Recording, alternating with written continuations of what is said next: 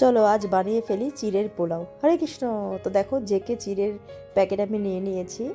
এই যে প্যাকেট, কারণ প্যাকেটের চিড়েগুলো বেশ ফ্রেশ থাকে, তো আমি প্যাকেটের চিড়েই ইউজ করি। তো আমি 500 গ্রাম চিড়ের পোলাও বানাবো, তো তার জন্য 250 দুটো প্যাকেট নিয়েছি। চিড়েগুলোকে ভালো করে ধুয়ে নিয়েছি। ধুয়ে তারপরে ঝুড়ির মধ্যে এরকম ঢেলে জল ঝরা দিয়েছি।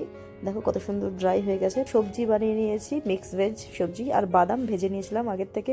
এবার কড়াইতে আমি 100 গ্রাম মতন তেল দিয়েছি। তেলে আদা কুচি, কালো জিরে, তেজপাতা, শুকনো লঙ্কা, হিং, এগুলো সব সোমবার দিয়েছি। দিয়ে অনেকক্ষণ ধরে নেড়ে যখন লাল হয়ে এসছে, তখন তার মধ্যে মিক্স ভেজ যে আমি বানিয়ে রেখেছিলাম সেগুলো সোমবার দিয়েছি। একটু নুন, হলুদ দিয়েছি, জিরের গুঁড়ো, ধনের গুঁড়ো, সাম্বার মশলা এসব অ্যাড করে সবজিগুলো ভালো করে অনেকক্ষণ ধরে ভাজা ভাজা করে যখন সবজিগুলো নরম হয়ে গেছে, তখন তার মধ্যে ওই চিড়েগুলো ফেলে দিয়েছি। পরিমাণ মতো নুন আর 1 চামচের মতন চিনি দিয়ে ভালো করে এবার মিক্স আপ করে নেব।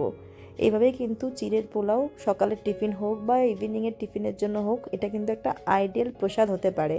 তো এভাবে সব কিছু এবার মিক্স করে নেব। এবার নামানোর আগে এটাতে ধনেপাতা অ্যাড করে দিয়েছি, দিয়ে নামিয়ে নিয়েছি। এবারে তুলসী মঞ্জুরি অ্যাড করে ভগবানকে নিবেদন করে দিয়েছি।